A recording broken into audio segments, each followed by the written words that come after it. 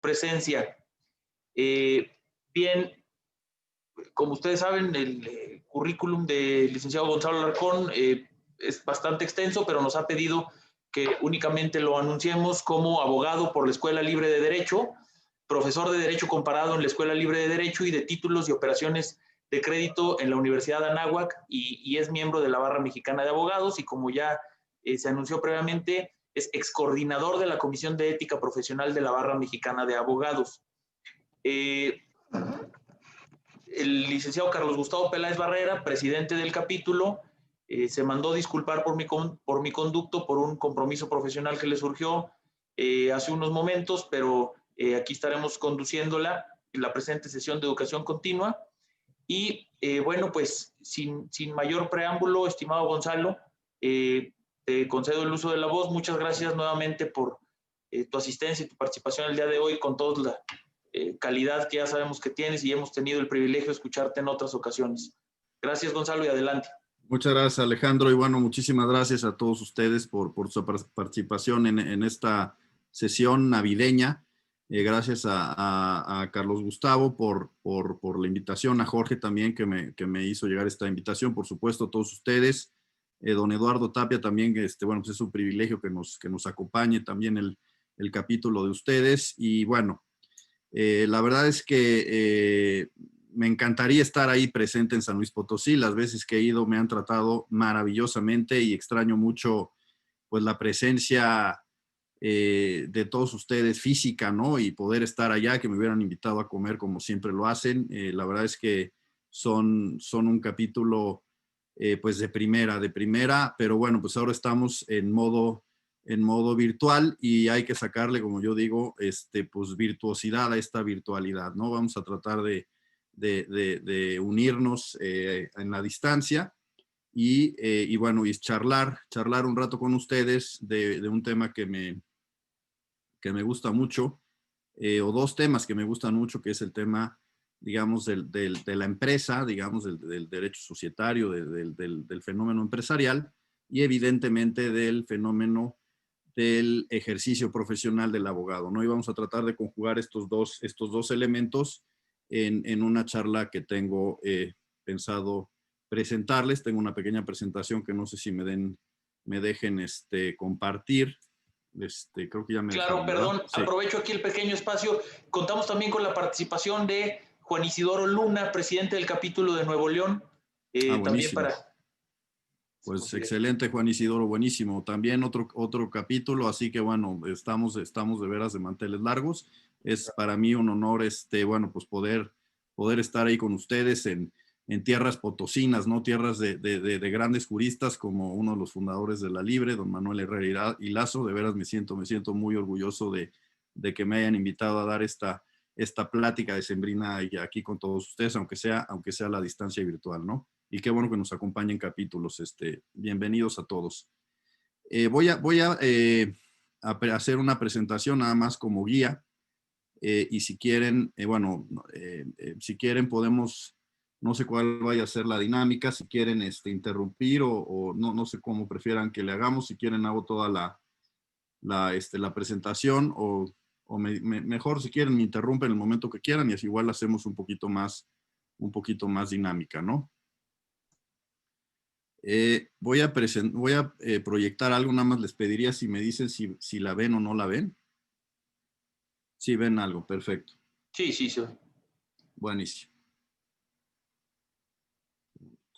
Bueno, perfecto. Entonces, bueno, primero como advertencia nada más, pues esto no es un tema de asesoría legal, todos los errores son evidentemente responsabilidad mía, ¿no? Todos los errores de esta presentación.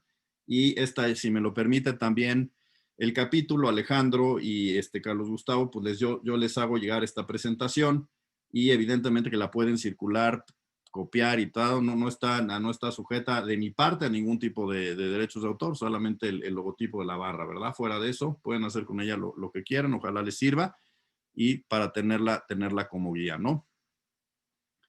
Quiero empezar esta plática citando una cosa que se llama el Manual de Integridad y Ética Empresarial del Consejo Coordinador Empresarial. Como ustedes saben, en 2017 la barra, invitada por el Consejo Coordinador Empresarial y un poquito, digamos, bajo la dirección de Ligia González, de nuestra colega Ligia González, pues el Consejo invitó a la barra a preparar este manual y este código de integridad y ética empresarial, que lo pueden consultar ustedes en línea.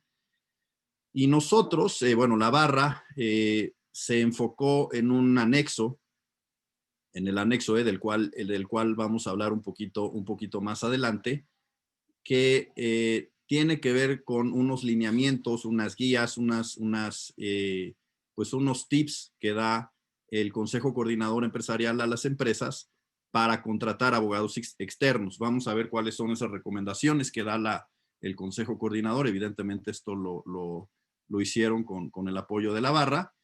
Y este anexo E dice así, dice: para hablar en términos bélicos, el abogado debe ser la primera línea de defensa en el combate a la corrupción. Somos la primera línea de defensa en el combate a la corrupción. Y es ahí donde viene pues la labor ética del ejercicio profesional, ¿no? La labor ética del ejercicio profesional que vamos a tratar de reflexionar en esta charla, ¿no? Bueno, aquí pongo un par de pinturas. Si alguien reconoce a la figura de la derecha, pues se trata de Zeus, ¿no? Perdón, de Hércules. Hércules es este semidios que tenía una fuerza heroica, ¿no? Y derrotó a, no sé, las 12 proezas de Hércules, no sé, derrotó a los león de no sé dónde, y limpió las caballerizas de no sé quién, mató a la hidra, etcétera. Y nosotros normalmente vemos esta figura de Zeus, de Hércules, como el hombre fuerte, ¿no? El hombre que tiene un poder pues divino, digamos. Y la figura de la izquierda, aunque no lo crean, es una representación también de Hércules, nada más que es una representación de Hércules de joven. Y cuenta la leyenda, que es una parte que no se conoce mucho de Hércules, en donde cuentan que Hércules se encuentra con una bifurcación en el camino y se encuentra con dos diosas.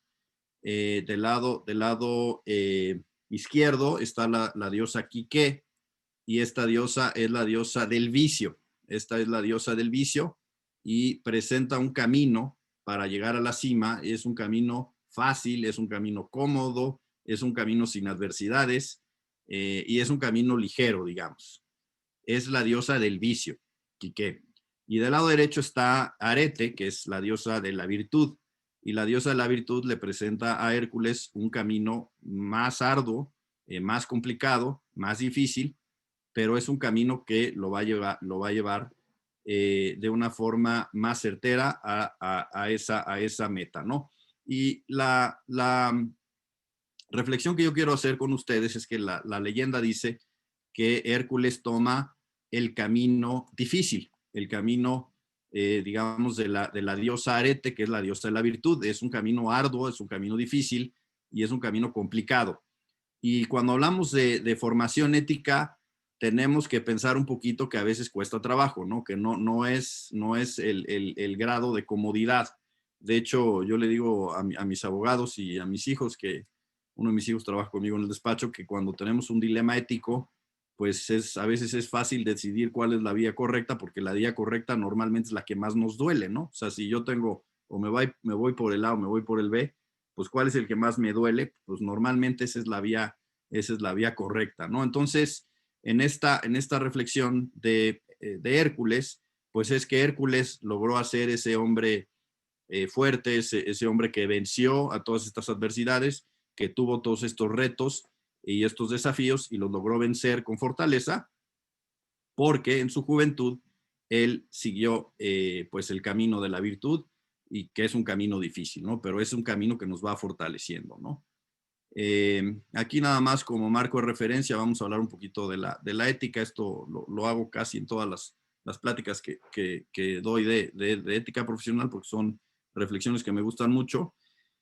Esta es una frase de Juan Pablo II que dio en 86, nada más para tratar de enfocar al fenómeno de la ética dentro de la antropología, ¿no? O sea, tenemos que centrar la ética, la antropología y la filosofía o la metafísica juntas, ¿no? No podemos hacer esta separación, y a veces el separar estos tres fenómenos, estos tres momentos, y separarlo, sobre todo el fenómeno humano, nos lleva pues al error, ¿no? Nos lleva a la crisis de la ética que le llaman ahora, ¿no? Bueno, ¿cuál es el fundamento natural de la ética? Este es lo que dicen los tratadistas, y es muy fácil, es lo que se conoce como la regla de oro. Es tratar a los demás como quieras que te traten a ti mismo, que tiene en su fundamento la dignidad humana. A veces se establece este principio semánticamente diferente como la regla de plata, y es la regla de plata en sentido negativo, es no hagas a los demás lo que no quieras que te hagan a ti, pero así le dicen la regla de plata en sentido negativo, o la regla de oro en sentido positivo, ¿no? La dignidad humana ha tenido pues un gran recorrido histórico, pero pues sí es simple, sencillamente verla como no tener a los hombres como medios, herramientas, sino verlos como un fin en sí mismo, ¿no? Si nosotros vemos a la otra persona como un fin en sí mismo, estamos cumpliendo esta regla de oro, y es de tratar a los demás como queramos que nos traten a nosotros mismos, ¿no? Este principio ha sido analizado por los antropólogos y los sociólogos en muchas religiones, y no desde el punto de vista religioso, o sea, no me voy a centrar en la parte religiosa o la parte de Dios, sino en la parte moral. En muchas religiones existe este principio de la regla de oro, en el cristianismo, en el zoroastrismo, en el judaísmo, en el hinduismo, en el budismo, en el taoísmo, está esta concepción de la dignidad que está expresada en la regla de oro, que es el principio de nuestra ética, digamos, el fundamento natural de la ética. Y de ahí vamos a pasar a lo que es la ética profesional, ¿no? Recientemente, en una cosa que se llama la Declaración para una Ética Mundial, así está el dato, es aprobada por un parlamento de las religiones del mundo en 1993 en Chicago. Pues lo expresó otra vez, dice: lo que deseas que te hagan, hazlo a los demás, ¿no? Desde un punto de vista económico, esto se llama juego de suma positiva, o sea, siempre nos va a dar un beneficio. El tratar con dignidad y tratar con ética a los demás nos va a dar un juego que le llaman los economistas de suma positiva, ¿no? Bueno, vamos a tener, como ya lo decía yo un poco en la reflexión de Hércules o de Heracles, es pues distinguir entre lo bueno y lo malo, ¿no? Es un tema de conciencia, y la conciencia pues hay que irla formando. Por eso yo celebro que haya estas reuniones, estas charlas, estas reflexiones de ética en los capítulos de La Barra, en La Barra. Creo que ahora mismo está también la comisión de ética de La Barra de México, pues está exponiendo un tema de ética. Así que pues enhorabuena, hay que seguir teniendo muchos eventos de estos. Y ahorita les voy a decir también de qué forma tenemos que percibir a la ética para no verla como un tema aburrido, ¿no? Porque a veces hablamos de ética y todo el mundo sale corriendo. Así me pasaba a mí cuando tuve la fortuna de ser coordinador de la Comisión de Ética, poníamos un tema de ética, y bueno, pues al principio las sesiones no eran tan recurridas, ¿no? Pero bueno, nosotros tenemos por nuestra propia condición humana, pues una tendencia a cometer errores. Esto es evidentemente humano, y estos errores se pueden presentar, son los que a veces nos presentan estos dilemas éticos. Hay sesgos cognitivos, hay conflictos de interés, etcétera, ¿no? Que vamos a tener que ir identificando para poder tener un obrar ético, ¿no?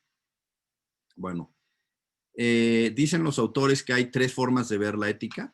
El primer nivel es digamos, el primer más bajo, más burdo. No es que sea malo, es simple y sencillamente el primer nivel, y es un nivel prohibitivo. Me habla de lo que de lo lícito o ilícito, y no en el sentido legal, sino ilícito o ilícito del obrar en el sentido ético, ¿no? Es un sentido de prohibición, de no hagas, no hagas, no hagas, ¿no? El segundo nivel de la ética es un sentido deontológico, pues de ahí su nombre, ¿no? El sentido del deber. Y es cómo responder con, digamos, cómo, ahora sí, como dice la palabra, haciéndonos responsables de nuestro actuar en ese obrar a las exigencias, a los derechos de otra persona, ¿no? Este es el sentido deontológico, pero todavía es un sentido intermedio. Y luego me gusta a mí ver a la ética, sobre todo la ética profesional, con un tercer nivel que dicen los autores que existe, que es el sentido de arete, ¿no? De la virtud. Por eso la reflexión también de Heracles, que se topa con esta diosa Quique, que es la diosa del vicio, y con esta diosa Arete, que es la diosa de la virtud. Este es el sentido, digamos, aristotélico de la ética, que es un sentido práctico, lo vamos a ver ahora. O sea, es no un sentido filosófico teórico, sino un sentido que me lleva a la acción. O sea, la ética no la podemos ver nada más como una reflexión doctrinal, sino tiene que ser un actuar. Es bueno conocer el código de ética de la barra, pero mucho mejor es actuar, o sea, ejercer, llevar a cabo, tener la acción de nuestro código de ética, ¿no? Esto tiene que ver con el ser del hombre, ¿no?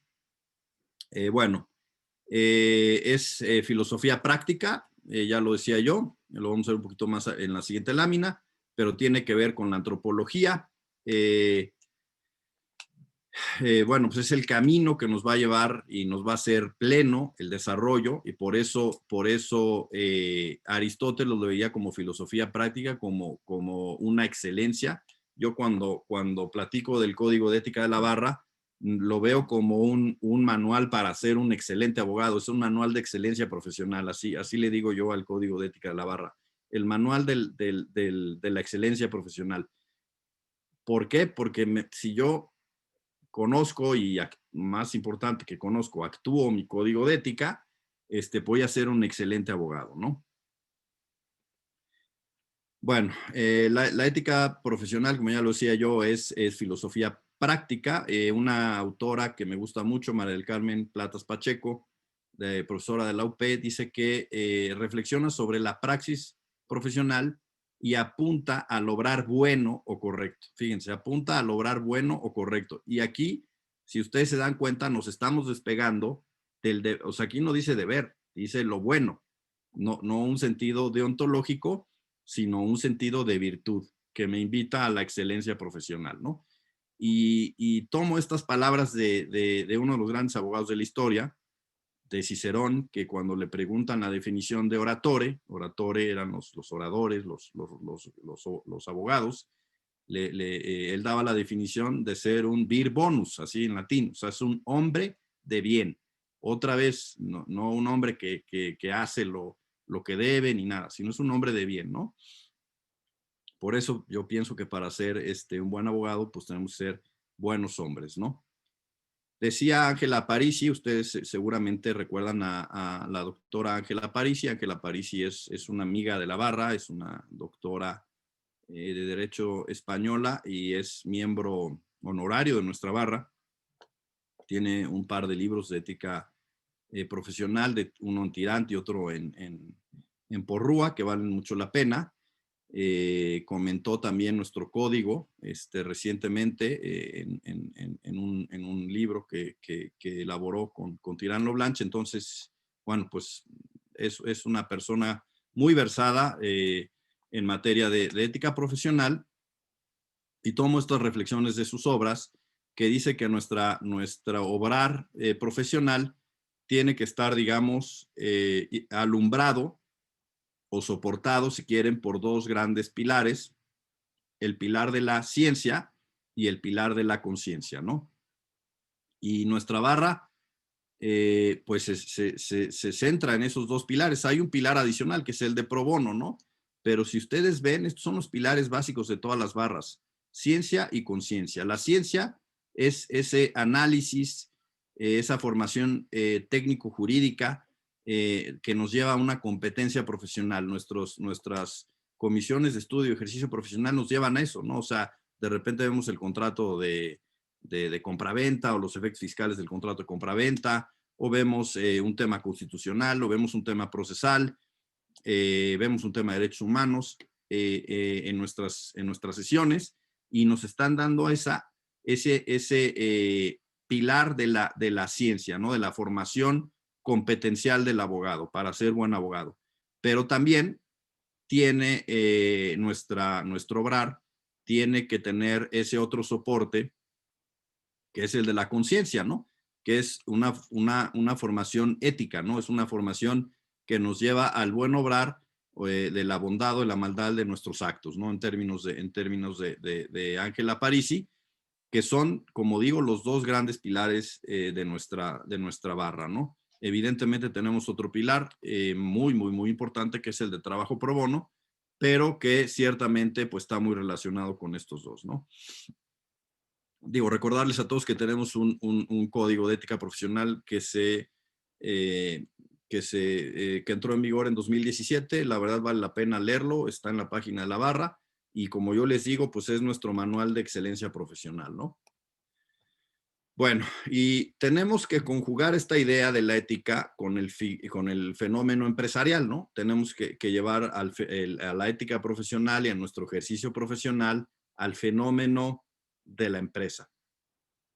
Hay un autor que se llama Nicholas Murray Butler, en un librito que se llama The Company, así se llama, y dice que la compañía, y aquí compañía en el sentido norteamericano la palabra, digamos, la empresa, yo lo quisiera traducir como la empresa, es el mayor descubrimiento de la era moderna. Él habla un poquito más del fenómeno de la limitación de la responsabilidad de que crea la personalidad jurídica de una sociedad. Pero bueno, vamos a llevarlo al fenómeno empresarial lato sensu, y dice que gracias a este descubrimiento hasta la máquina de vapor y la electricidad parecen insignificantes. ¿Y por qué lo dice? Pues porque todas nuestras transacciones, el 99.9% de nuestras transacciones, son con personas morales. Todo lo que hacemos en el día, nos compramos un café, nos compramos un agua, pagamos la luz, pagamos el internet, nos compramos una computadora, pedimos el súper, vamos al cine, compramos una película, bajamos una canción o lo que sea, lo estamos haciendo con personas morales, cuya limitación, pues, cuya concepción, digamos, es limitar el riesgo de los que invierten, ¿no? Entonces, por eso el fenómeno empresarial pues tiene gran significación en la economía, y no nada más en la economía, sino en la sociedad y en el mundo moderno, ¿no? Muy pocas de las transacciones o de los negocios jurídicos, si quieren, los hacemos con una persona física, ¿no? Prácticamente yo diría que hoy por hoy, pues están los temas de familia, y todo lo demás involucra una empresa, ¿no? Bueno, aquí el riesgo es inherente a las empresas, es un tema que tiene que ver con la propia naturaleza de la empresa, y cuando hablamos de riesgo, pues hablamos de peligro, ¿no? Hablamos, por eso puse este barquito que va navegando y se enfrenta a un risco, ¿no? Un risco en medio del mar que, pues, y una torbellino, lo que sea del otro lado, más bien un remolino, lo que sea, del otro lado, que pues pueden hacer que naufrague esta aventura, ¿no? ¿Y por qué es importante hablar de riesgos? Porque los riesgos invitan a las empresas a veces a tomar decisiones arriesgadas, ¿no? Pues su nombre lo dice todo, a llevar decisiones arriesgadas que a veces pueden comprometer el tema de la ética profesional, ¿no? Curiosamente, el sociólogo inglés Anthony Giddens dice que esta palabra de riesgo es una palabra que se acuña en el Renacimiento, porque antes, cuando se hablaba de un problema, de un riesgo, se hablaba de peligro, ¿no? Se hablaba de peligro. En latín venía del famoso latín periculum, ¿no? Del peligro. Y curiosamente dice Anthony Giddens que por el fenómeno de la empresa, esta palabra de peligro pasó a riesgo. Y riesgo es una palabra italiana, digamos, o del vernáculo italiano, que quiere decir risco, que es precisamente risco. Eso es un pedazo de piedra que está en el mar, un risco, que puede poner en peligro el navegar de esa aventura, ¿no? Entonces, curiosamente, desde el punto de vista de sociología, cómo cambia esta palabra de peligro a riesgo, porque pues tiene que ver literalmente con estas cosas con las que se encontraban los barcos navegando, que podían poner en peligro toda la carga, todo el oro que traían de algún otro lugar, ¿no? Del lado izquierdo tengo un pequeño análisis integral de los riesgos, así se llama, una IR, y ahí vienen pues algunos de los grandes riesgos que se encuentran, ¿no? El riesgo operacional, riesgo de eventos, riesgo en negocio, riesgo financiero, riesgo de fraude, etcétera. Entonces va haciéndose más grande el círculo de este análisis integral del riesgo, y es a lo que nos enfrentamos nosotros los abogados como asesores de empresas, y a lo que se enfrentan también los grandes directores de empresas, pues cuando tienen que tomar una decisión empresarial, ¿no? Y hay uno de los grandes escritores, de los grandes filósofos, de los grandes pensadores también, no sé si, bueno, filósofo y pensador evidentemente, pero no le quiero dejar la acotación a más de ser filósofo, sino un gran pensador empresarial, que lo fue don Carlos Llanos y Fuentes, fundador del IPADE, que ha escrito muchísimo sobre ética empresarial. Y vale la pena, si ustedes algún día se encuentran con alguno de los escritos de don Carlos Llanos y Fuentes, pues vale la pena leerlo, porque la verdad que son muy bien escritos y nos dan muchas luces, ¿no? Y en una de estas obras, don Carlos Llanos y Fuentes se preguntaba, ¿no? ¿Cómo se hacía la decisión empresarial, ¿no? ¿Cómo se hacía la decisión empresarial? Aquí lo pongo porque tiene que ver mucho con los valores y la ética, porque lo mismo, ¿no? Cuando hay que tomar una decisión empresarial, pues a veces se tienen riesgos, ¿no? Y a veces estamos sesgados a los riesgos, ¿no? Entonces, podemos caer en un problema de ética, ¿no? Entonces decía Carlos Llanos y Fuentes que hay 3 grandes pasos en esta decisión, en este proceso, digamos, de decisión empresarial. Se tiene que hacer un diagnóstico, y luego viene la toma de decisiones. Estas dos, digamos, primeras etapas son intelectuales, es decir, se hacen meramente en la mente, y luego viene el mando, ¿no? Viene ya la acción, y es ahí donde, bueno, pues ya viene la ejecución de esa decisión empresarial, ¿no? En estas, digamos, pasos en el diagnóstico, decía Carlos Llanos y Fuentes, que el diagnóstico requiere mucho, como valores, ¿no? Como virtudes o valores, requiere mucha objetividad y humildad. La decisión requiere mucha magnanimidad y audacia, fíjense, la audacia.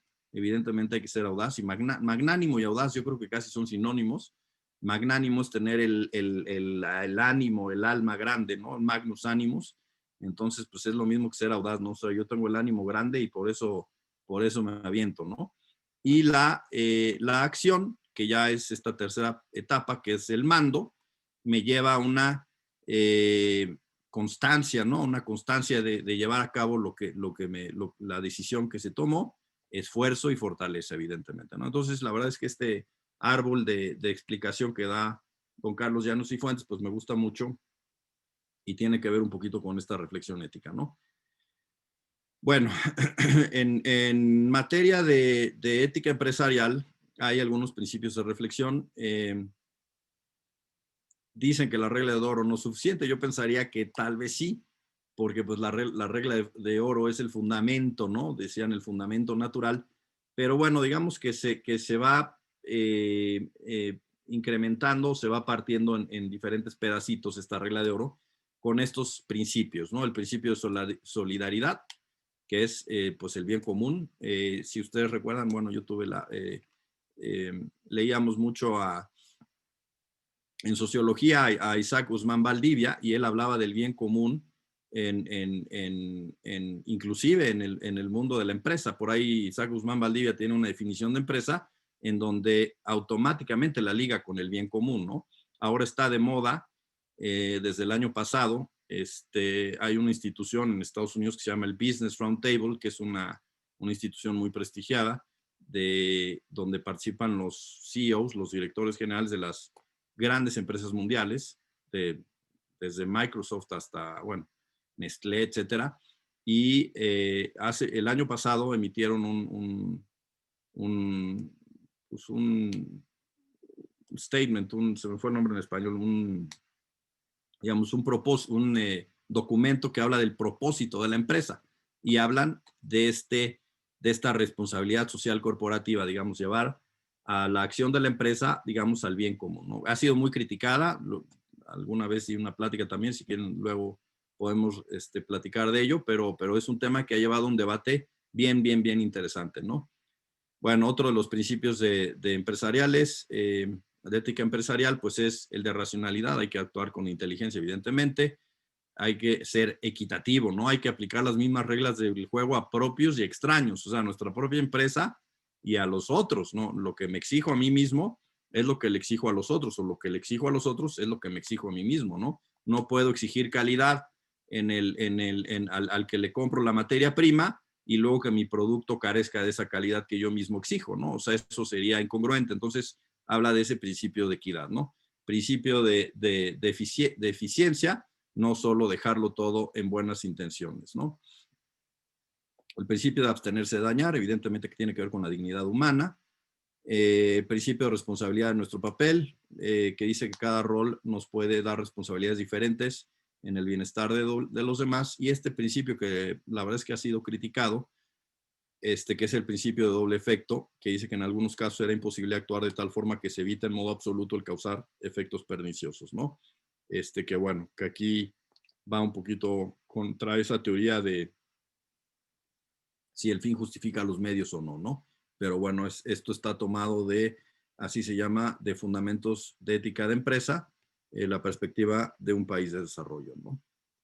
Bueno, y entramos a un tema muy importante, que tiene que ver con algo que está de moda desde los 90s, y particularmente se puso más de moda en el 2000 con todos los escándalos empresariales, que se llama la teoría de los gatekeepers, ¿no? Así le dicen en Estados Unidos, la teoría de los guardametas, si quieren, que nos lleva a una cultura de la legalidad y de la ética. Aquí yo tomo un poquito esto en la legalidad y la ética, lo vamos a ir analizando poco a poco.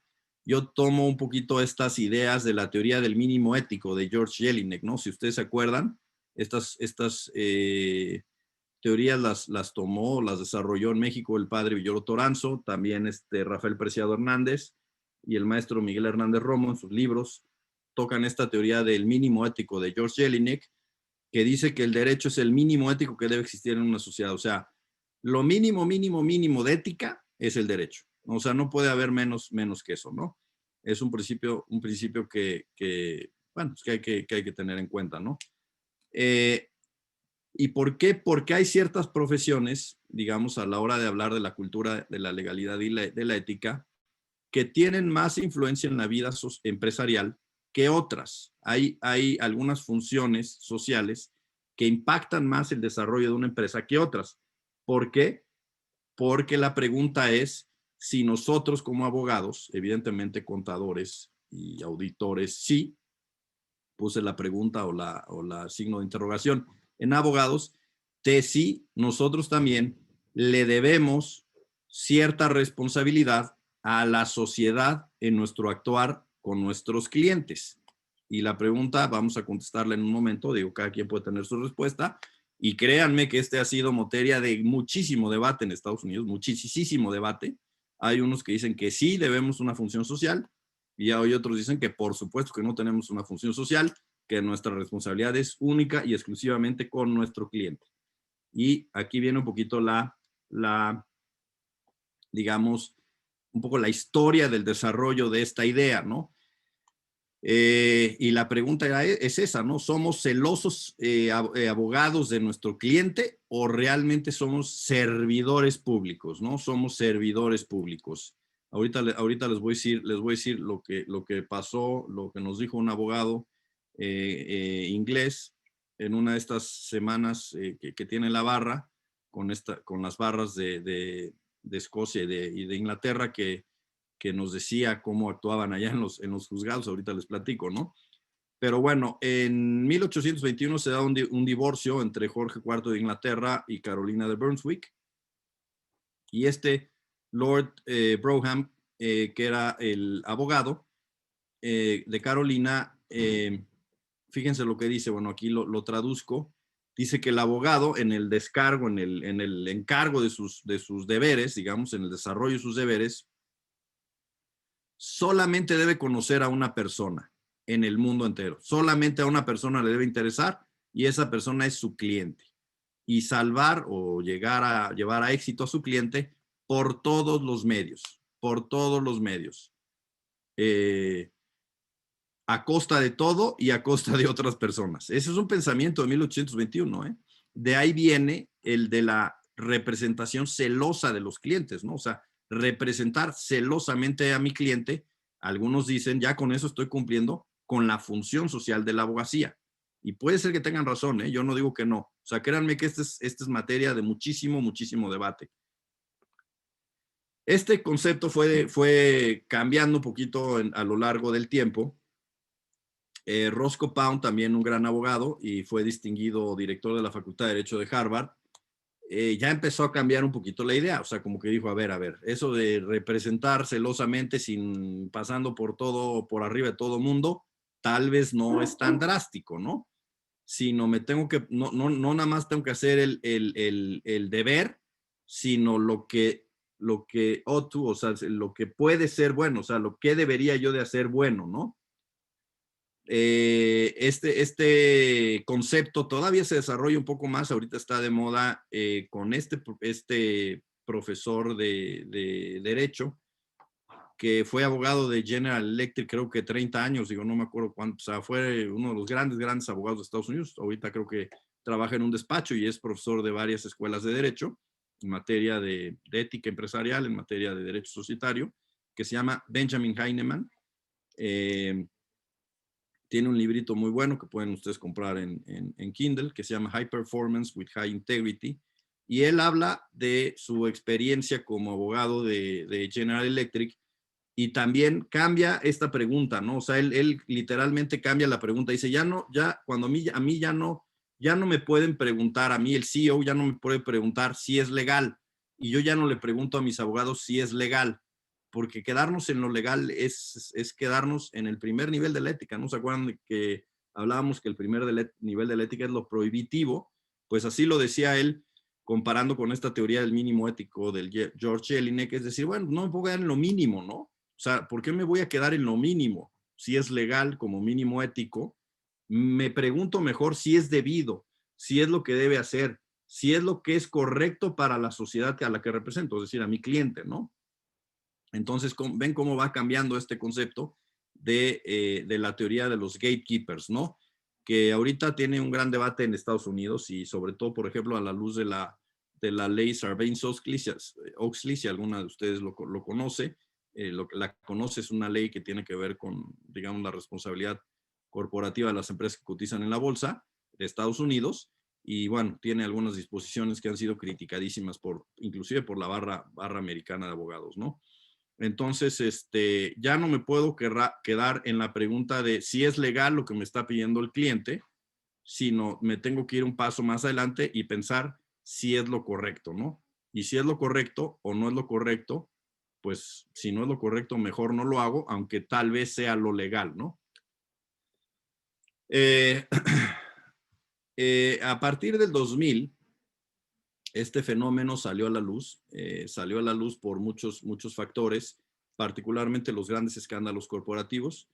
Hay este librito, no es un librito, es un reporte que está muy bien hecho, vale la pena que lo bajen, está en esta liga. Es un reporte que hizo la barra de abogados de Nueva York en el 2000 y fracción. Es un reporte de gobierno corporativo de los grandes escándalos. Desgraciadamente, dentro de esos escándalos estuvo uno mexicano, que ahorita les platico cuál fue, el caso Ecodisco, y este libro examina muy bien cuál es el rol de los abogados en materia de estos grandes escándalos, ¿no? Porque tenemos esta grave responsabilidad, y es que somos o arquitectos de la corrupción o guardianes de la cultura de la legalidad. Somos el último eslabón de algo, o sea, cuando hay un tema empresarial, somos el último eslabón. El contrato, la transacción, la compra o ir al juzgado, etcétera. Nosotros somos el último eslabón de un proceso empresarial. Y en nuestra responsabilidad está el que ese proceso vaya por la legalidad o nos convirtamos nosotros en arquitectos de la corrupción. ¿Qué queremos ser, no? Tenemos un caso que lo cuenta Chepe en forma mucho más chistosa que yo, pero un maestro nuestro de licenciado Lapesa, que en segundo año nos decía que pues, uno llegaba con un pagaré y llegaba con el abogado y el abogado, hay abogados que dicen, pues, ¿qué hago? Pues me como el pagaré, ¿verdad? O sea, me como el pagaré de la contraparte, como el famoso abogángster, ¿no? O si llega un cliente con una deuda y dice, bueno, pues usted debe, pues sí, firmó el pagaré, sí, oiga, ustedes le prestaron el dinero, sí, bueno, pues ¿qué puedo hacer? Pues pagar, ¿verdad? O sea, no le queda otra más que pagar. Entonces tenemos que ver ahí en qué grado o en qué momento, o en qué, digamos, no en qué momento, sino en qué facción nos queremos de poner de abogado como representante o guardián de la cultura de la ética o como arquitecto de la corrupción, ¿no? Los casos son los de Enron, los de WorldCom, también ahí les presento una liga para un reporte que se hizo exclusivamente sobre el caso de WorldCom, de una asociación de abogados de empresa. Luego hay una liga, para que vean ustedes el resumen, lo pueden bajar, nada más que cuesta creo que $4, una cosa así. Un caso de 60 minutos que se llama Anonymous Inc. 60 minutos es digo, si alguno de ustedes la ha visto, es un programa norteamericano muy famoso de reportajes críticos, ¿no? O sea, reportajes críticos y muy duros, y son reportajes independientes, o sea, son reportajes que van contra todo, ¿no?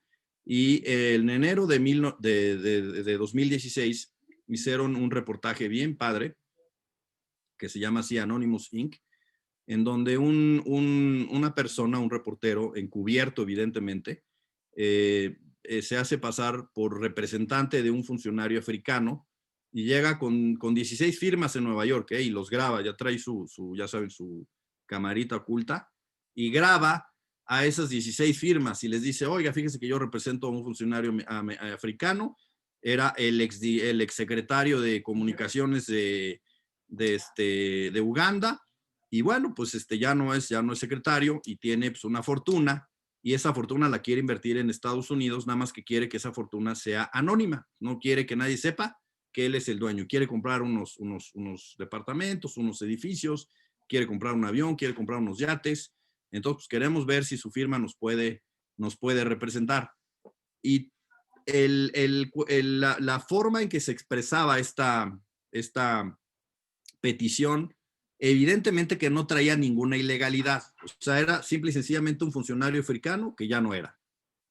Tenía dinero, era millonario, pero pues se lo pudo haber donado su papá. Y quería ser anónimo. Pues que la gente invierta anónimamente es totalmente legítimo. Nadie puede decir que es ilegal que alguien invierta y crea una corporación o crea un fideicomiso o crea un trust para encubrir que él es el que está atrás del inmueble, ¿no? O del yate o del avión. O sea, todos eran cuestiones legales, pero que evidentemente debieron haber levantado banderas rojas en la mente ética de los abogados, porque se trataba de un funcionario que había trabajado en un gobierno, que era rico, bueno, pues, y en un país así del tercer mundo, pues como que cómo, ¿no? Quería invertir muchos millones, y bueno, pues de dónde viene el dinero, por qué se lo ganó, de dónde salió, etcétera, ¿no? ¿Y por qué quiere que sea anónimo, no? O sea, como que había una serie también de cuestionamientos que debieron haber,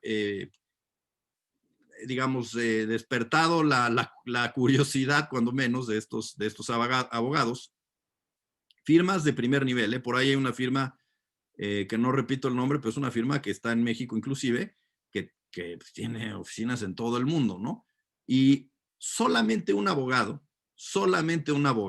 le preguntó de dónde venían los fondos. Le dijo, oiga, no tengo ningún problema, con todo gusto lo representamos, nada más que sí me tiene que explicar de dónde viene ese dinero, porque yo no puedo hacer cosas raras. Una de 16. Entonces, pues como que ¿dónde están los abogados, no? O sea, lo mismo que se preguntaba esta barra de abogados de Nueva York cuando vinieron los grandes escándalos del 2000, pues ¿dónde estaban los abogados? ¿Dónde estábamos nosotros? Por nuestras manos pasan estos trámites, estas transacciones.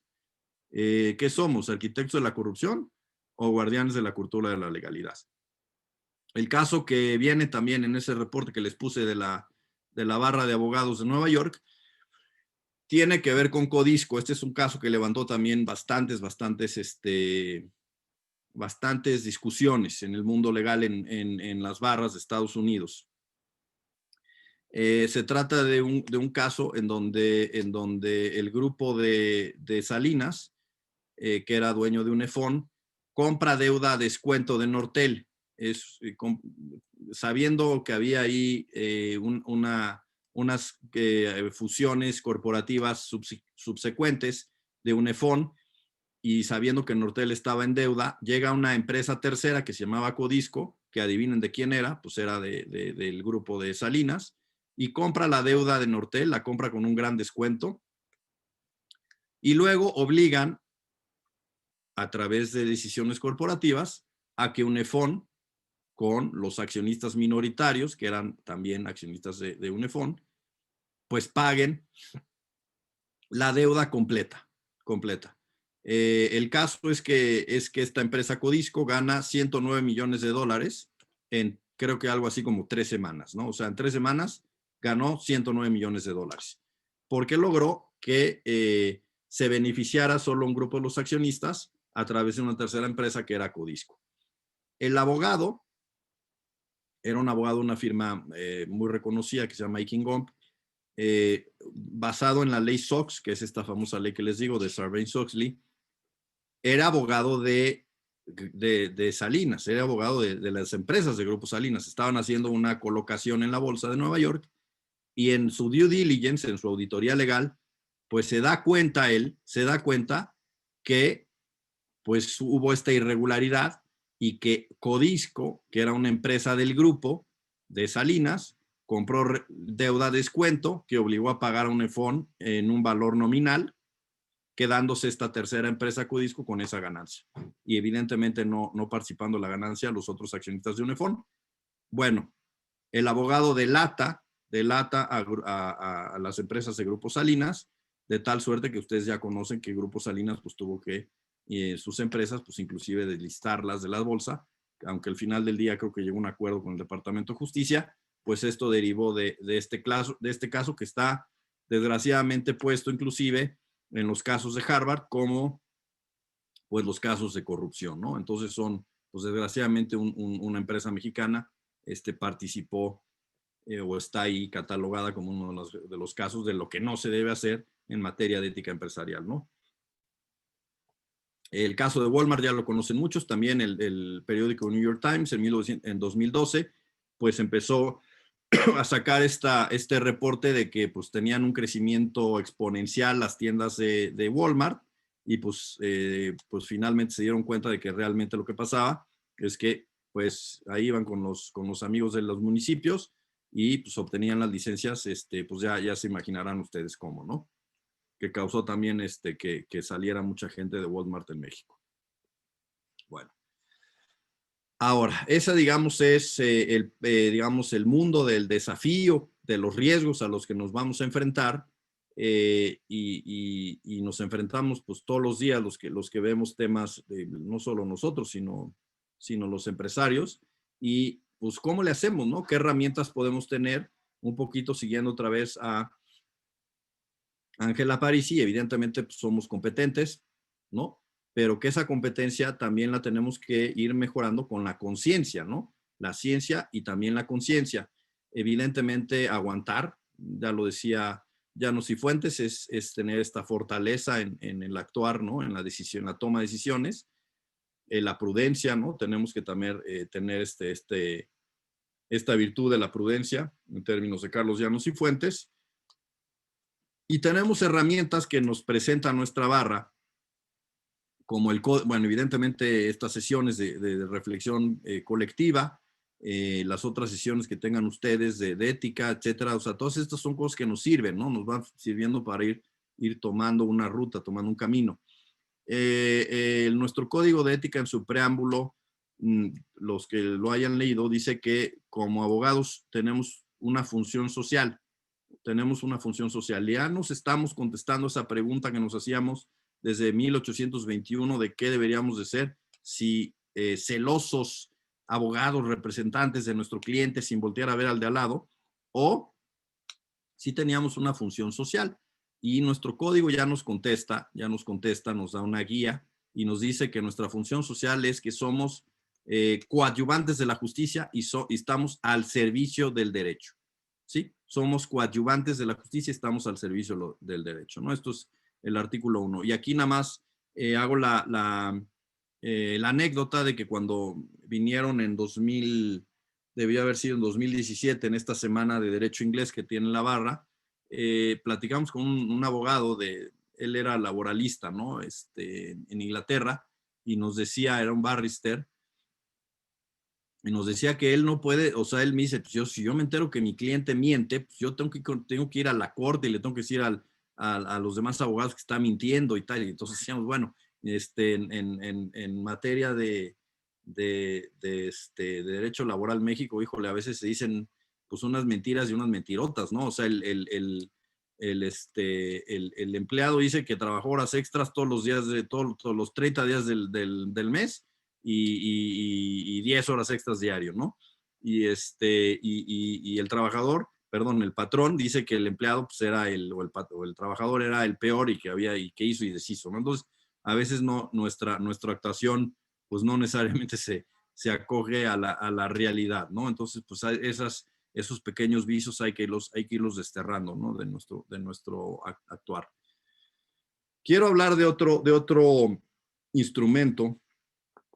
Tenemos otros, pero me quedo en el Código de Integridad y Ética Empresarial del Consejo Coordinador Empresarial, porque pues la barra participó, Ligia González, como ustedes saben, también es miembro del comité, creo que se llama Estado de Derecho del Consejo Coordinador Empresarial, y pues nos invitó a la barra, que también en ese momento Ligia era consejera, a ayudarle al Consejo Coordinador Empresarial en la redacción de estos documentos, ¿no? Estos documentos son 3, básicamente. Está el código, que nos representa el qué debemos hacer.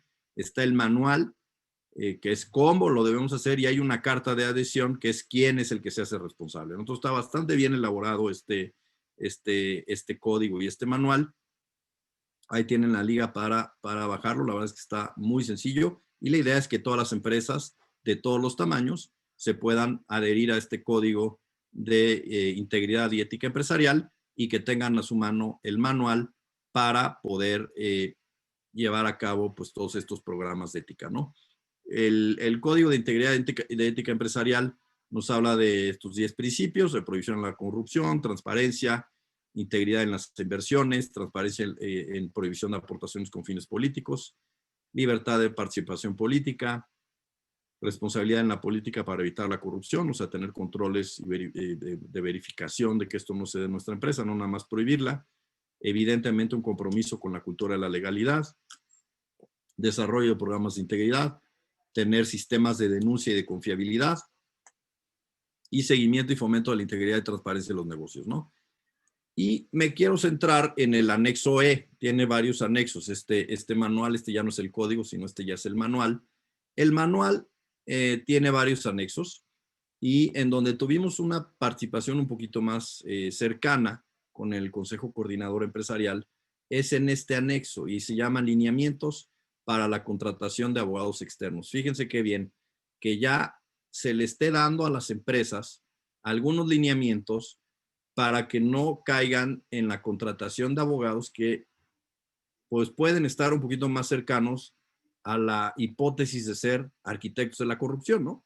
Tenemos en este país, desgraciadamente, escuelas o universidades, instituciones educativas que tienen registro de validez oficial de estudios que, pues desde el punto de vista de ciencia, no necesariamente cumplen con los requisitos que tenemos otros, y desde el punto de vista conciencia menos, no tienen un tema de formar en las virtudes, etcétera, etcétera. Y como no hay, y como, bueno, sí hay barras, ¿no? Pero como la colegiación no es obligatoria, quiero decir, pues entonces el tema deontológico, el tema de la ética profesional, pues la verdad es que tenemos ahí un gran hueco en nuestro ejercicio profesional, ¿no? Y esta responsabilidad frente a la sociedad mexicana. Los lineamientos de este manual nos dicen que tenemos que evitar ante todo los conflictos de interés. O sea, tenemos que hacer una reflexión de un asunto y ver si no tenemos un conflicto de interés. Y este conflicto de interés, yo diría que va inclusive más allá del objetivo. O sea, va inclusive desde el punto de vista de la conciencia, ¿no? Si yo no estoy de acuerdo con este asunto, pues mejor ni lo tomo, ¿no? Sugieren que todos los acuerdos que tenga el abogado con su cliente estén por escrito. También quiero decirles que la barra preparó un modelo de contrato. Está bastante bien hecho, pero un poco largo, tal vez bueno, es simple y sencillamente una guía, un contrato de prestación de servicios profesionales sugerido a los barristas para con sus clientes, ¿no? La última vez que lo vi fue hace como 1 año y medio, pero no, la verdad es que no sé si siga de fácil acceso ahí, estaba como un link para poderlo bajar. Entonces nos pide también, o nos sugiere, nos recomienda el Consejo Coordinador Empresarial, lo recomienda a las empresas, que los acuerdos sean por escrito, que todos los pagos estén facturados y correspondan a los servicios prestados. ¿Por qué? Porque pues, luego caemos en la tentación de que la empresa pues, se hace la ciega y le paga al abogado por sacar un permiso pues 150,000 pesos, de los cuales 10,000 son para el abogado y los otros pues ya se imaginarán para quién son, ¿no? O 15,000 para el abogado y los otros ya se imaginarán para quién son. Entonces no podemos caer en esa tentación. Los pagos deben de estar debidamente facturados y deben de corresponder al servicio debidamente devengado, al servicio prestado, o sea, a precio de mercado, porque de otra forma de repente hay abogados que cobran, y ya los hemos visto en los periódicos, cobran pues lo que ustedes quieran por un asunto y evidentemente que hay libertad tarifaria en México, afortunadamente, pero pues sabemos que pues es una simulación, ¿no? Que realmente lo que está detrás de eso pues es potencialmente un tema de corrupción.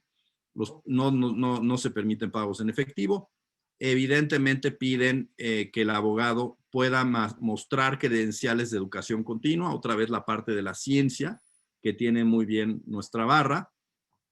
Nos dice, nos sugiere o le sugiere a las empresas que los abogados muestren que tienen un código de ética o que están adheridos a un código de ética, ¿no?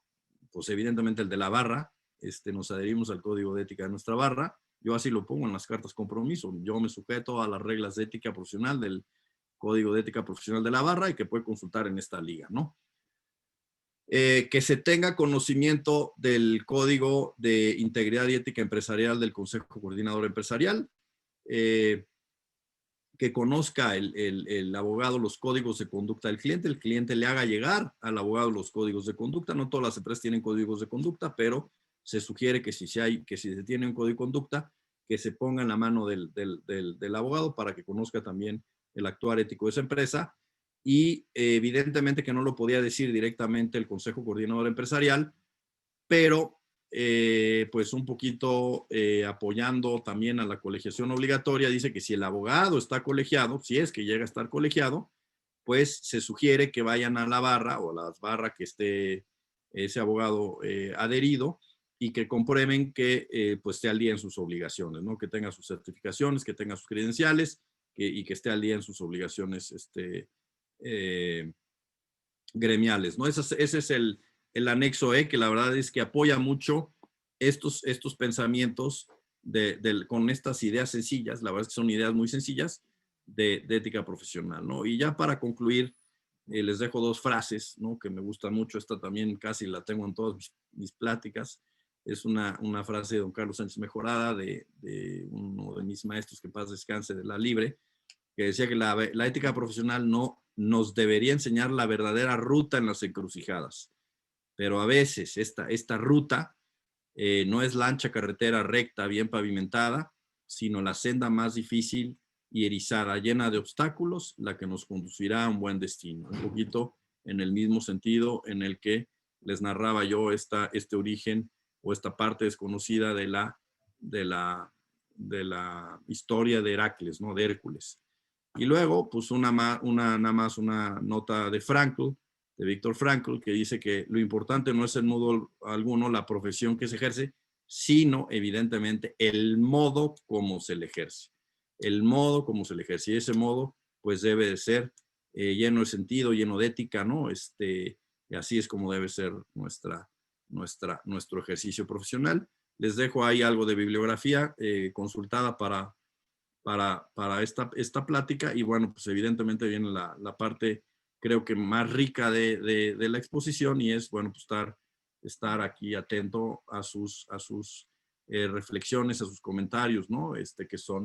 Que son pues siempre enriquecedores. Muchas gracias, estimado Gonzalo. Muy clara la exposición. Muchas gracias nuevamente. Bueno, abrimos el micrófono para si alguien tiene alguna pregunta. No sé si gusta levantar la mano o abrir su micrófono directamente, por favor. Sí, estimado Ángel, adelante, por favor. Déjame quitar el micrófono primero. Gonzalo, muchas felicidades y muchísimas gracias. No solamente por la riqueza del contenido de tu charla, sino porque además me trajiste a la cabeza a recordar a gente bonita, gente con la que tuve mucho trato. Don Isaac Guzmán Valdivia, que fue mi maestro, Miguel Ángel Hernández Romo, que también lo fue, y muy especialmente a Carlos Llano, con el que tuve la fortuna de participar en varios proyectos con él, de tratarlo, y que yo siento que es una de las personas que más han escrito y más profundamente han hablado en los tiempos modernos de la empresa y de la relación que tiene la empresa partiendo de la base o del núcleo que es la persona humana, ¿no? Finalmente, él era un filósofo, primero que nada, y luego ya no sé qué fue, porque fue muchas cosas además, ¿no? Pero su fuerte era la filosofía. Y él hablaba precisamente de que pues todo gira alrededor de la persona, y es muy interesante. Desgraciadamente, hay una bibliografía demasiado amplia, pero no tengo en la memoria alguna que tuviera esa referencia muy específica, pero entiendo yo que de lo que entendamos nosotros de lo que es la persona, es de donde salen todas las conclusiones éticas alrededor de la vida humana. Decías tú ahorita, el derecho es el mínimo ético. Y bueno, yo diría que es el mínimo ético escrito, porque el derecho se escribe o debe escribirse con ética. La ética tiene que ser base del derecho, no la expresión simplemente mínima. Sí, el tema es qué valores son los valores que la sociedad efectivamente persigue. Carlos Llano fue muy abundante en hablar y estudiar lo que era la ganancia, la utilidad, que es lo que busca la empresa como lo exponías tú, como uno de los inventos de la era moderna más importantes, el organizarnos para generar un provecho, para generar una utilidad. ¿Y dónde empieza y dónde acaba? Pues la posibilidad de hacerlo.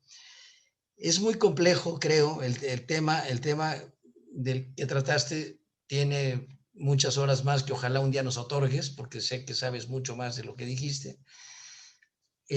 para concretar un poquito más a dónde se llega en ese punto, porque si vemos que lo que importa es el dinero, el poder, etcétera, etcétera, como a grosso modo parece ser el móvil de las personas de todos los días, ¿dónde empieza la parte buena o mala?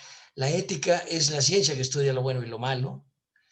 La ética está muy olvidada y hay que regresar a ella, pero en materia de empresa, dijiste ahorita casi al final un tema que fue uno de los que yo traté en alguna charla que tuve oportunidad de dar en México y aquí en San Luis, sobre qué asuntos podíamos llevar los litigantes, y qué asuntos no podíamos llevar. Ahorita tú decías el conflicto de interés, ¿verdad? Hay un asunto que no debo tomar, ¿no? Entiendo yo muy bien, entiendo muy claro que la plática a la que me refiero no lleva el mismo contexto, porque todo el mundo tiene derecho a la defensa, ¿no? En el caso de una empresa, sí creo, y aquí creo que lo puntualizo, sí creo que podamos y debamos decir, esto no lo hago. Y esto no lo hago porque no es un derecho a la defensa, sino es un no participo en algo que va contra la ética. Y por último, un comentario adicional que todo lo dijiste, nada más lo quiero reforzar para pues decirte lo que más me impactó de la conversación es, finalmente, yo soy un ente ético, la persona es un ente ético, y la persona no puede separarse de sí misma, ¿no? Entonces, ¿qué asuntos o qué consejos podemos darle nosotros como abogados a un empresario? ¿Dónde está esa línea donde se dice, oye, esta ganancia ya no se justifica de esta forma? La legalidad me parece, como bien lo dijiste, un término pobre para hacerse juicio, y ojalá afináramos mucho el hasta dónde debemos hacer las cosas por la función social que tiene la empresa, tanto en la parte interior hacia sí misma, como la función social que tiene en la sociedad. El razonar todas estas cosas me ha provocado me ha motivado mucho, me ha sido muy emocionante tu conversación, y quería hacer estos comentarios agradeciéndote de antemano lo que acabas de hacer.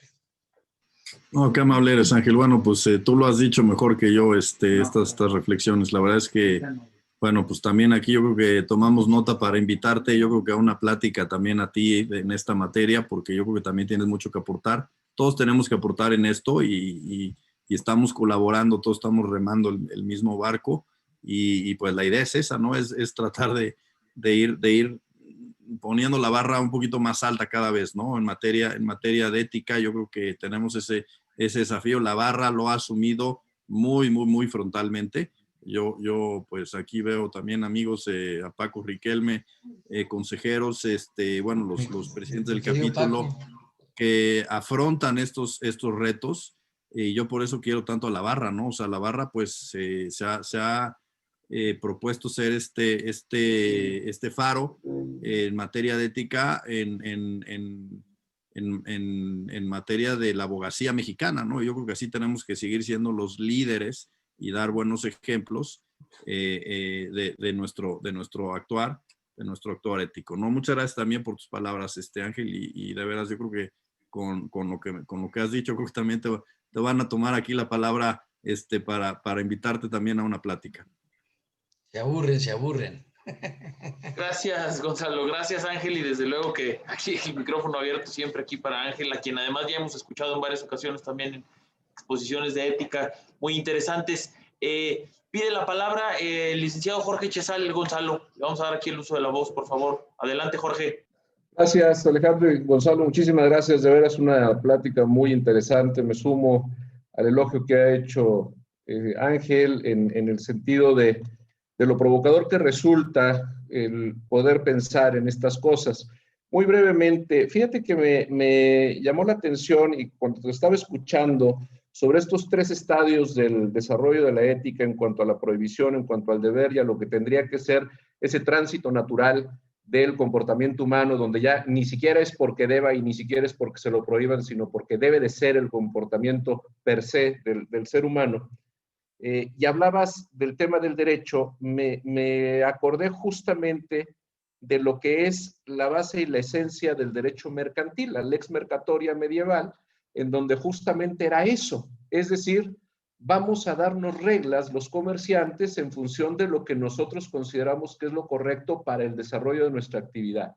Y entonces se enfrenta al derecho civil, que era ese derecho de prohibiciones y de limitaciones, y donde surge este fuero mercantil justamente como una forma para ir dando esa facilidad al tránsito social, económico, que fue desarrollando. Y esto lo comento en función de ese principio de Jelinek de que el mínimo ético es el derecho, porque la lex mercatoria, algo que nos vino a demostrar desde la Edad Media, era la dinámica que tenía que tener el derecho. No se podía sujetar a las reglas del derecho tradicional.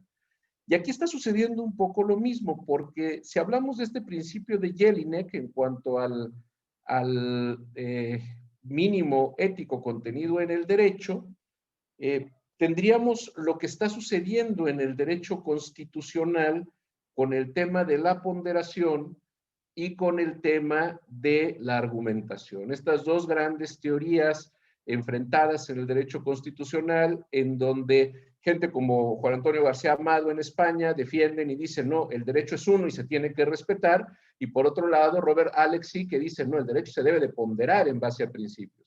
Porque si esto es así, entonces el derecho no puede ser el mínimo ético, porque también el derecho puede ser no ético, o el derecho puede ser injusto. Y entonces eso nos obliga a que tengamos que tener un actuar un poco más activo en cuanto a poder considerar la norma en función de qué tan justa es para efecto de que pueda ser ese mínimo ético. Y esto, bueno, era lo que quería comentar, compartir esta reflexión que me surge a partir de estar escuchando. Muchas gracias, Gonzalo. No, querido Jorge, qué amables comentarios también y qué buenas reflexiones. Y tienes razón, a mí también me apasiona mucho el derecho mercantil y recuerdo un autor, ¿no?, que nos platicaba mi maestro Sotoborja, que se llama Norbert Reich, y él decía que, fíjense, la misión del derecho mercantil, hablando precisamente de la lex mercatoria, era crear y corregir mercados. Crear y corregir, no un tema jurídico, olvídense de que la justicia, la equidad y la seguridad jurídica, no, así, crear mercados. ¿Y por qué? Por lo que dijo exactamente Jorge, me lleva a lo bueno de lo que estoy haciendo. ¿Y qué es lo bueno que estoy haciendo? ¿Qué es lo que buscan los comerciantes? Pues vender más, ¿no? Entonces los lleva a la naturaleza del comercio, o sea, la propia naturaleza del comercio complementa la naturaleza del comercio, como bien lo decías, Jorge, y también me hiciste recordar unas palabras de Paolo Grossi, ¿no? Tiene un librito muy bonito que se llama La primera lección del derecho, y habla de la diferencia entre la observancia y la obediencia del derecho. Y dice que nosotros tenemos que pasar de la obediencia a la observancia, ¿no? Que es lo mismo que tú comentabas, Jorge. Muchas gracias por tus comentarios.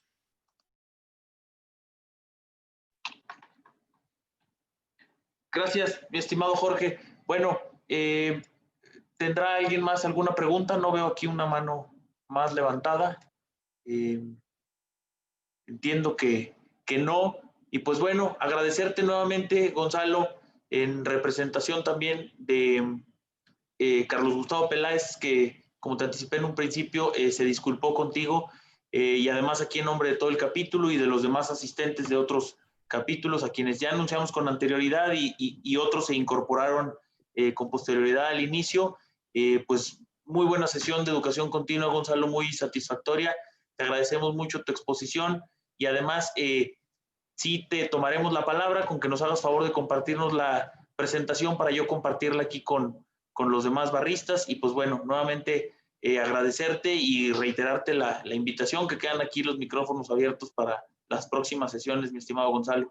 Excelente, pues muchas gracias, Alejandro, y bueno, a Jorge y a todos ustedes, a todos los consejeros, a Beo, a Ligia, a Paco, Riquelme, perdón, no veo más aquí porque no me permite la la pantalla, pero seguramente habrá más gente. De veras les agradezco su presencia y yo sí me quedo o sea, sí les dejo una deuda y es que la próxima pues sí sea presencial. Espero que acabe pronto este tema ya con la vacuna y pues sí me puedan invitar ahí a San Luis, que yo, bueno, me encanta ir a San Luis y ahí que me inviten a comer. Así que les dejo esa deuda para que me vuelvan a invitar. Claro, Muchas sí, gracias a todos y les deseo, mucho gusto. les deseo pues Alejandro, un muy buen año a todos y un año que viene lleno de retos y muchas felicidades Alejandro, navideñas. creo que Gracias, Ligia y Gonzalo. Paco habían levantado la mano, ¿eh? Perdón. Consejera, adelante, si gusta abrir su micrófono, por favor.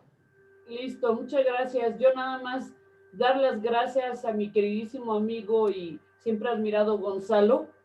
Y efectivamente, cómo tenemos nosotros que ser la herramienta, como bien lo dijo, para promover y no hacernos de la vista gorda, que todos nuestros clientes busquen abogados no necesariamente caros, pero sí éticos. Y nosotros cuando lleguemos con nuestros clientes, lo primero que tenemos que hacer, creo, es decirle buenas tardes, quiero decirte que sigo un código de ética, que es este. Y creo que es la mejor carta de presentación, no la de decir estoy en tal lugar del ranking de abogados. Es más importante eso. Y felicitarte como siempre, Gonzalo, y felicidades por favor al capítulo por la sesión. Gracias, querida Ligia, qué gusto que estés aquí escuchándonos. Muchas gracias. Gracias. Sí, por ahí el licenciado Francisco Riquelme también. Maestro, no sé si gusta abrir su micrófono, por favor. Gracias, Caco. Gracias a todos. Buenas noches. La verdad de las cosas es que siempre es grato escuchar a Gonzalo. Nunca me he cansado de hacerlo cuando fuimos consejeros. Y bueno, como a todo buen amigo, siempre es un gusto escucharlo. Pero además, encontrar a Ángel Candia, a Jorge, a otros amigos, escucharles hablar además de estos temas, nos enriquece. Y debo hacerles una confesión. Yo entro a estos eventos en donde quisiera encontrar a litigantes en materia penal, fundamentalmente, discutiendo los temas que vivimos y sufrimos todos los días y no se acercan a estas actividades, ¿no? Entonces, yo tengo mucho que debatir en esos temas, en aterrizar muchas inquietudes y el eco que tengo con ustedes, por supuesto que lo toma bien y bueno, la idea es que podamos compartir esto a futuro, ojalá con más litigantes, más penales, más de otras áreas, e integrarnos a muchas más áreas. Y bueno, por ello, felicidades y qué gusto verles y saludarles y verles bien con salud, por supuesto. Gracias, querido Paco. Bueno, pues ahí está el reto, ¿no? Para que las siguientes ahí nos pues apoyes a la barra y que vengan más penalistas, litigantes penalistas a estas charlas. Me parece excelente. Pues bueno, muchas gracias a todos nuevamente, pues extraordinarias aquí las intervenciones de todos y extraordinaria exposición nuevamente, Gonzalo, muchas gracias, queda abierta la invitación y gracias nuevamente a todos, buenas noches.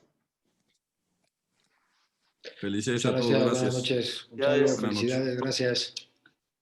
Felicidades, buenas noches.